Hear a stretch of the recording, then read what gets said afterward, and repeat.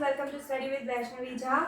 I really apologize for the abrupt ending of the earlier video, but here I am back with the new numerical based on universal law of gravitation. So let's start. So here the question is, an object of mass 1 kg is on the surface of the earth. If the mass of the earth is this and radius of the earth is this, calculate the amount of force exerted on the object. Okay, so let us write the given contents. You must be thinking that this is the same numerical as the earlier two numericals. No, it's a bit different and we'll see what the difference is. Okay, so let's start. Mass. An object of mass 1 kg, which means an object is having mass 1 kg. Okay, so it is given to be 1 kg. Next, the another object the question is talking about is what? Earth. So अर्थ ले लेते हैं. अर्थ का मास कितना दिया है question में? 6 into 10 to the power 24 kg. So now the other object is what? अगला object क्या है? अर्थ है. Okay. Now radius of the earth is this. You must be thinking what is the role of radius here? Why radius is here? So actually the question says the object is on the surface of the earth. Object where it is kept. Object को कहाँ रखा गया है? अर्थ पे, ground पे, धरती पे रखा है. धरती पे रखा है तो अर्थ के सेंटर से इस सरफेस का जो ये डिस्टेंस होता है, इस डिस्टेंस को हम क्या कहते हैं? क्या इस डिस्टेंस को हम रेडियस कहते हैं? हाँ, तो ये डिस्टेंस ही होगा दोनों ऑब्जेक्ट्स के बीच का distance, which means the value of d here is equal to the radius of the earth, which is 6.37. You can take it, I'll take it, the round of figure 6.4, but you can solve it by using 6.371 also, which will approximately be equal to 6.4 only. So here I am taking the approximate value into 10 to the power 6 meter. Okay, now we will put the values and calculate the answer. So here, why this numerical was different from the other numerical that we did? The reason is this concept.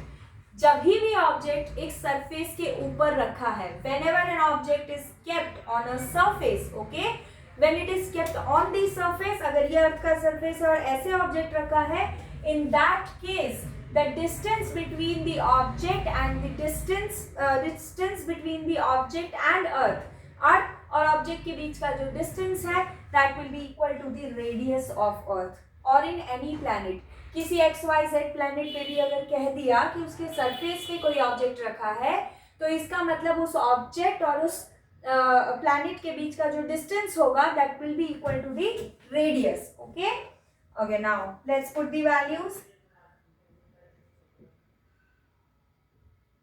6.67.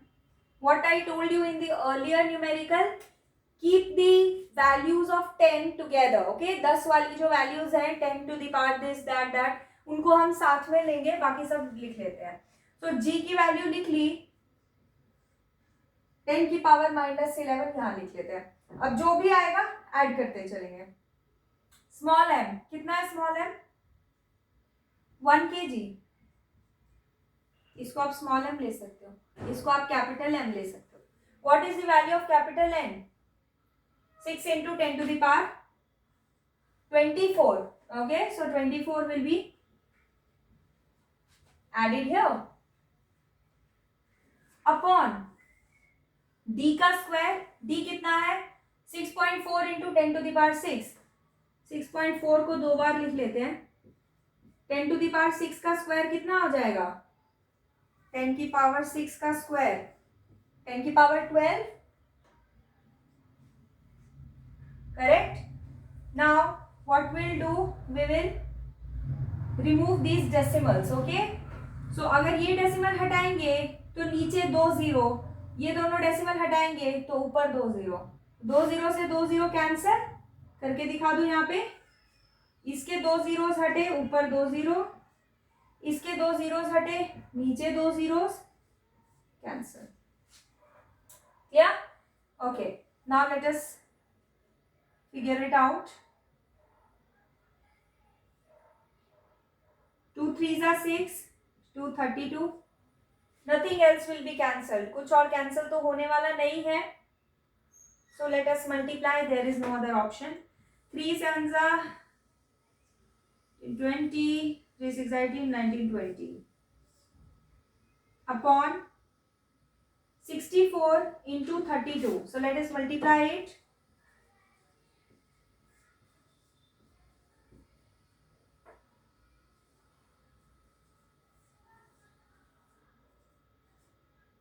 Two zero four eight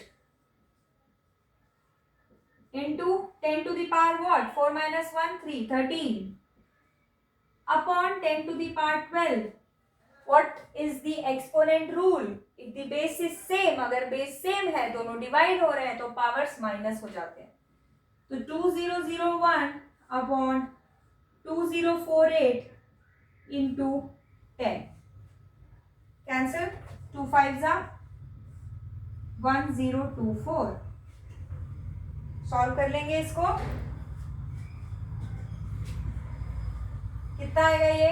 5 1 5, 5 0 0, 5 0 0, 5 2 10 upon 1024। Okay, now let us divide it.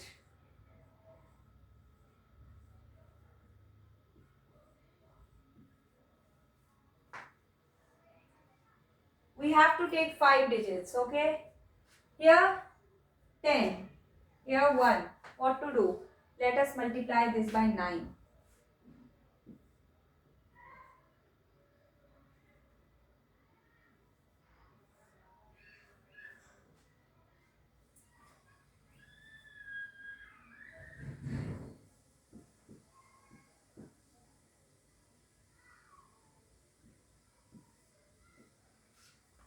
Seven, 8, 9, 0. So we can multiply it by 7.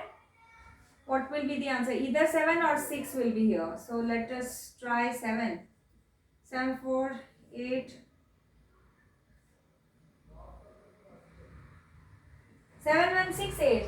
See how lucky we are. वही number आ गया. So 9.7 Newton, approximately 9.7 Newton. अगर आप 6.3 something value लेते तो यहाँ पे फिर accordingly आपका 2 से 3 डेसिमल प्लेस में आंसर आता। So this is it. इस टाइप के न्यूमेरिकल्स इसी तरीके से सॉल्व होते हैं और पेपर में ऐसा न्यूमेरिकल तकरीबन 3 नंबर में आता है, 3 marks. And this is type 1 numerical I am talking about, okay. ये पहले टाइप का न्यूमेरिकल है जिसमें 3 क्वेश्चंस मैंने आपको करवाए, जिसमें डायरेक्टली वैल्यूज पुट करनी है और आपको आंसर निकालना है।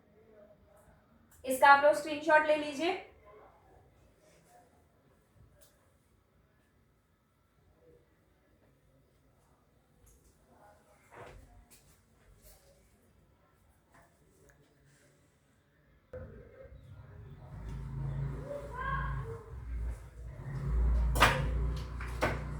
Okay, so this is the type 2 questions which are asked in for this law, gravitation law. So what is the type of this question? Actually में है क्या चीज? तो in this type of questions the change is asked. The question is all about change. Means एक value बढ़ा दी, दूसरी value कम कर दी, या एक वैल्यू को डबल कर दिया, तीसरी वैल्यू को ट्रिपल कर दिया, और आपसे पूछा जाएगा कि फोर्स पे क्या इफेक्ट पड़ा। फोर्स बढ़ा दिया, मास कम कर दिया, डिस्टेंस पे क्या इफेक्ट आएगा। Getting my point? कोई चीज को बढ़ा रहे हैं वैल्यू, कोई चीज को कम कर रहे हैं वैल्यू, आपको पूछा जाएगा कि उसका इफेक्ट क्या है। ठीक है, अब इसको क्वेश्चन के थ्रू ही समझते हैं कि एक्चुअली में व्हाट द क्वेश्चन इज।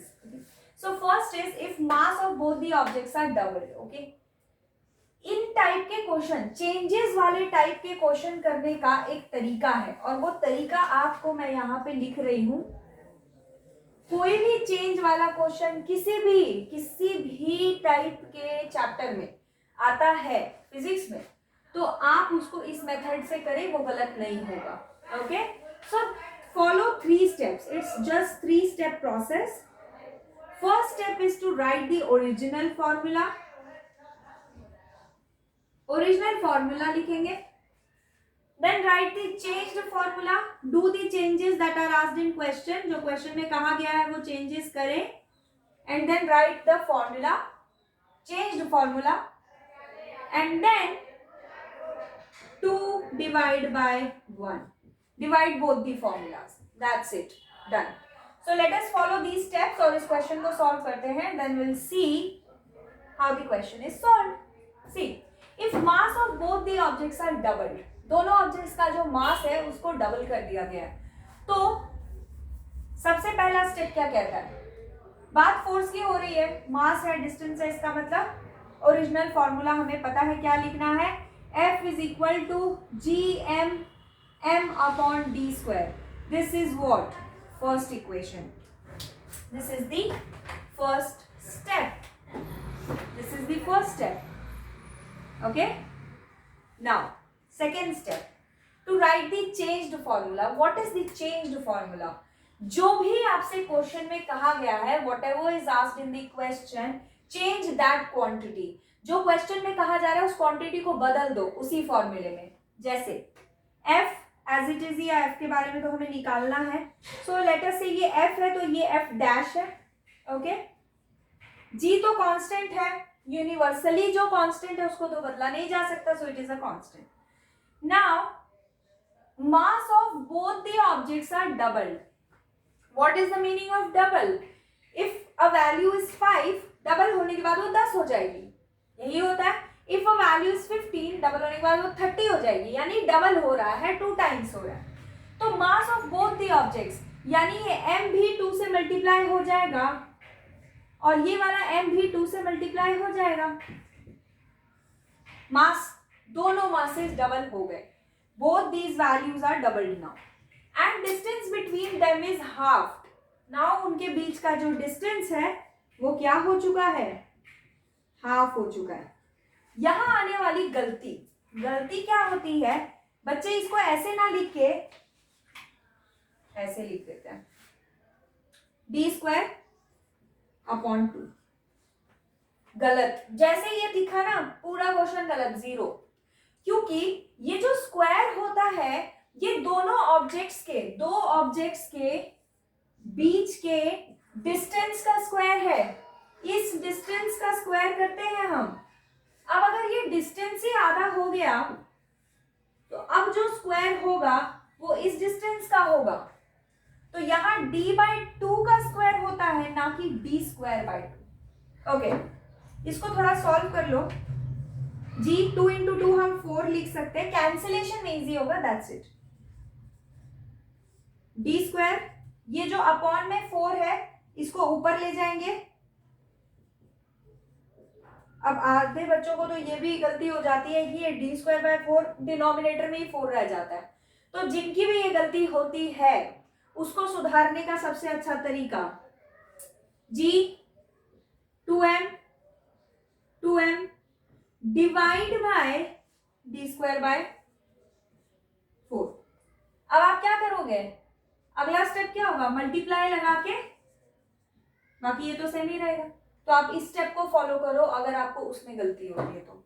ठीक है, तो ये हो गया 16 gmm upon d²। This is what? This is the second step. और मैंने आपसे क्या कहा था? मैंने कहा था थर्ड स्टेप क्या होगा? Second divided by 1। जो आपने सेकेंड इक्वेशन में निकाला है उसको आप फर्स्ट से क्या कर दोगे? डिवाइड कर दोगे। तो चलो कर लेते हैं वो। f' डिवाइड बाय f कितना आएगा? 16 gmm upon d² divide by f gmm।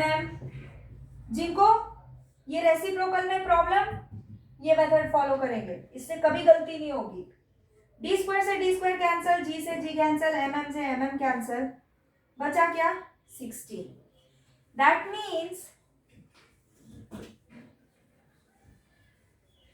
Means F dash is equal to 16 times, ये एफ को ऊपर भेज देंगे, ऑफ एफ। यानी कि जब आपने मास को किया डबल, दोनों मासेस को किया डबल और डिस्टेंस को किया हाफ, तो फोर्स जो है वो अपनी वैल्यू का 16 टाइम्स जो है वो बढ़ गया। This is the way to do this question. इसी तरीके से ये क्वेश्चन भी करेंगे। नाउ क्या पूछता है इसमें, देखो, if force on an object is reduced by 40%, पहले एफ था, ठीक है, इसको लिखते हैं, वही स्टेप्स फॉलो करते हैं, original formula G M M upon D square, ये तो first step as it is रहेगा। सेकेंड स्टेप में कहता है चेंज फॉर्मूला, और चेंज फॉर्मूले में आपको क्या चेंज किया है, फोर्स को घटाकर 40, रिड्यूस्ड बाय 40%, 40% कम हो गया है। अच्छा, 40% कम होने का मतलब क्या होता है, पहले समझो। 40% कम होने का मतलब आप इस f का 40% निकालेंगे, कितना आ गया, कैंसिल भी कर लो चाहे तो, 2 2 जा 2 5 जा, ठीक है, या कैंसिल मत करो, मेरी मानो कैंसिल मत करो। क्यों भैया, जब नीचे 0 मिल रहा है, आराम से डेसिमल में आ रहा है, तो कैंसिल करके फिर डेसिमल में निकालने में काय की समझदारी, कोई समझदारी नहीं है। तो 0.4f आ गया, ठीक है। लेकिन ये वैल्यू कब आई, जब 40%, वो जो 40% आपने कम किया है, ये उसकी वैल्यू 40% की है, आपको ये वैल्यू कम करनी है, किसमें से, f में से। f माइनस 0.4f, इसको सॉल्व करके कितना आएगा, 0.6f, isn't it? अब ये आ गया, ये हमारा चेंज्ड फोर्स हो गया, 0.6f is equal to G, masses आपसे क्वेश्चन में कहा ही गया है कि सेम है, डिस्टेंस में आपको चेंज बताना है। तो अगर ये डी स्क्वायर है तो इसको हम डी डैश का स्क्वायर ले सकते हैं, ठीक है, डी डैश का स्क्वायर। अब क्या करें, अब एक काम करते हैं, जो भी हमारे पास है उसको डिवाइड कर देते हैं, और क्या कर सकते थे, तीसरा स्टेप तो यही है, second divide by 1, 2 divide by 1 किया, 0.6f upon f is equal to g M M upon d dash का square into g M M upon d का स्क्वायर। कैंसिल कर देते हैं, जीएमएम से जीएमएम कैंसिल, एफ से एफ कैंसिल। अब देखो, ये डी अपॉन डी डैश का जो स्क्वायर है, ये 0.6 के बराबर आया, रूट, यानी कि ये डी डैश को ऊपर भेज दो, इस 0.6 को नीचे भेज दो, तो मतलब overall D dash is equal to under root 0.6, sorry, under root 1 upon under root 0.6 times of D. और आप क्या कर सकते हैं, इस 0.6 की वैल्यू भी निकाल सकते हैं, तो उतना टाइम्स हो जाएगा ये डिस्टेंस उसके। ये तो मैंने रैंडम क्वेश्चन दिया है, इस रैंडम वैल्यूज दी है, इसलिए आपका इतना कॉम्प्लिकेटेड गया है ये रूट में। वैसे जनरली इतना कॉम्प्लिकेटेड नहीं जाता है, बट अगर जाए भी तभी भी आपको आना चाहिए। So this is the final answer. इसको आप बिल्कुल पॉइंट्स में निकाल सकते हैं, अंडर रूट निकालो 6 का, देन उसके बाद 1 से डिवाइड करो। तो ये आपका ओवरऑल कॉन्सेप्ट समझाने के लिए मैंने यही तक सॉल्व किया है। तो ये आपका है overall, this type of question comes in your exam, और आता ही है इस टाइप का क्वेश्चन। और कितने नंबर में आता है ये क्वेश्चन, लगभग आता है आपके 2 मार्क्स में। जो हमने टाइप 1 वाला क्वेश्चन किया था वो 3 नंबर में भी आ सकता है, 2 मार्क्स 3 मार्क्स में ये इसके क्वेश्चन जो है वो आते हैं।